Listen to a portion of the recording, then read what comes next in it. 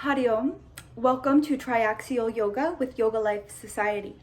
I'm Reverend Maji, and I'm pleased to offer this short introductory video for our Triaxial Yoga series.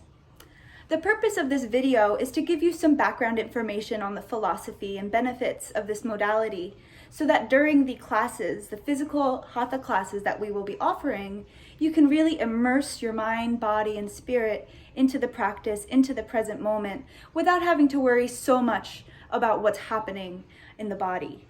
Because what's really beautiful about triaxial yoga and the points that we're going to talk about is even if your mind doesn't know exactly what you're doing with that point, your body does. This modality was developed by Reverend Jagannath Carrera, who is the founder of Yoga Life Society, or the spiritual head of Yoga Life Society, and is also a master in acupuncture.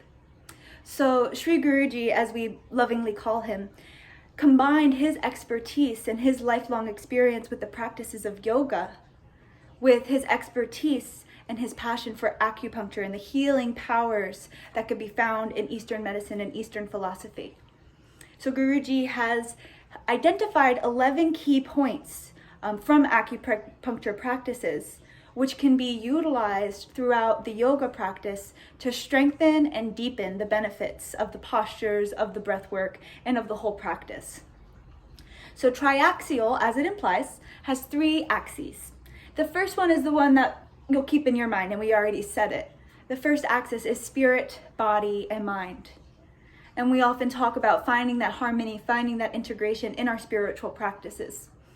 Axis 2 takes it to a more subtle level, talking about the extraordinary vessels, which have corresponding parts to the mind, body, and spirit. But the idea is starting to take it into the pathways that the energy flows in our body. And the even more subtle level, talking about the energetic organs, specifically here, the kidneys, the spleen, and the heart, which are correspondingly referred to in Eastern medicine as Jing, Qi, and Shen. So Jing, Qi, and Shen correspond with the spirit, the body, and the mind. So there's a lot of really cool and interesting connections that we could spend the whole hour just talking about the philosophy of triaxial yoga, but the benefits even exceed that. Taking these 3 axes, the goal is to, again, find integration, find harmony, and identify where there is excess energy as well as where there's deficient energy, and through the integration, through the harmony, we're able to balance that out. Oftentimes we build up excess or deficiency because our energy is blocked. And when our energy is blocked, we experience dis-ease. That may surface as actual disease or simply dis-ease. So the triaxial yoga is a remedy to that dis-ease by opening up the energetic pathways, bringing our awareness into those energetic pathways, and even into the physical organs themselves. So there's a lot of benefits to be had in this, and even just switching the way that we're thinking about our practice as we move our body and we move our breath. On this cheat sheet, you'll have some additional information about the 12 regular meridians that we'll refer to. Many of the acupressure points that we're stimulating live on these different meridians.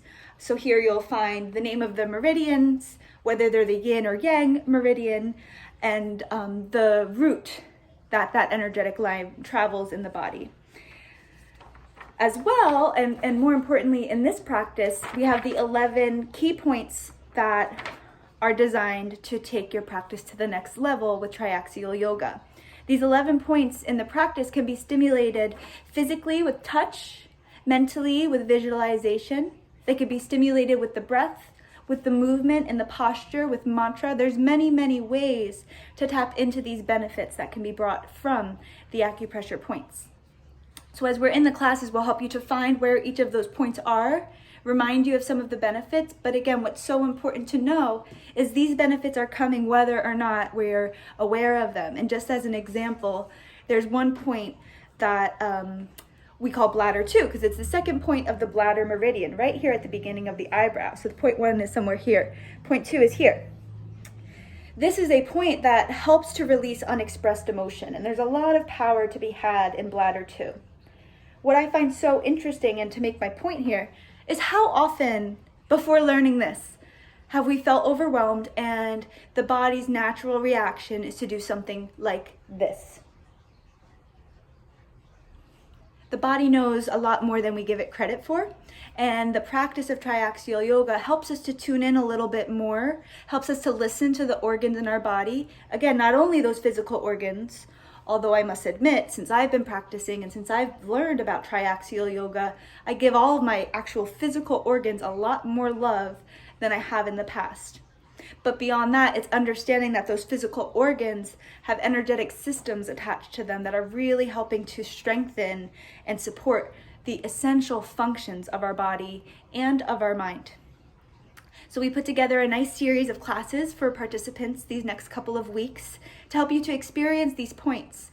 And while we're integrating them into these physical hatha classes, it's important to remember you can do almost all of these points sitting and watching TV. Commercial break comes on, put it on mute, get in a little meditative zone, breathe into the points. Sit here with your sheet and affirm the benefits that you're bringing into your body.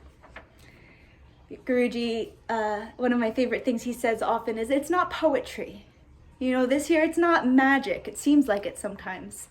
But what you have here is the abilities of the body. We're tuning into that, we're bringing it together, and we're giving ourselves permission to shine, giving ourselves permission to have energy, to have it flow, and also, importantly, giving ourselves permission to rest so that we can shine and we can move and we can grow again and rest again. So hopefully this introduction video is useful for you to understand the purpose of this modality. And again, this is just the tip of the iceberg. Those who are teaching the classes have spent hours and months and years studying these topics, and there's so much more to dive into, not only in the world of yoga, but also in Eastern medicine. And then through Yoga Life Society, by the guidance of Sri Guruji, the place where those two things meet to really strengthen, elevate, and crystallize the benefits that we receive in our practices. So thank you so much for joining us. I hope that you feel the benefits and have a very peaceful practice. Om Shanti.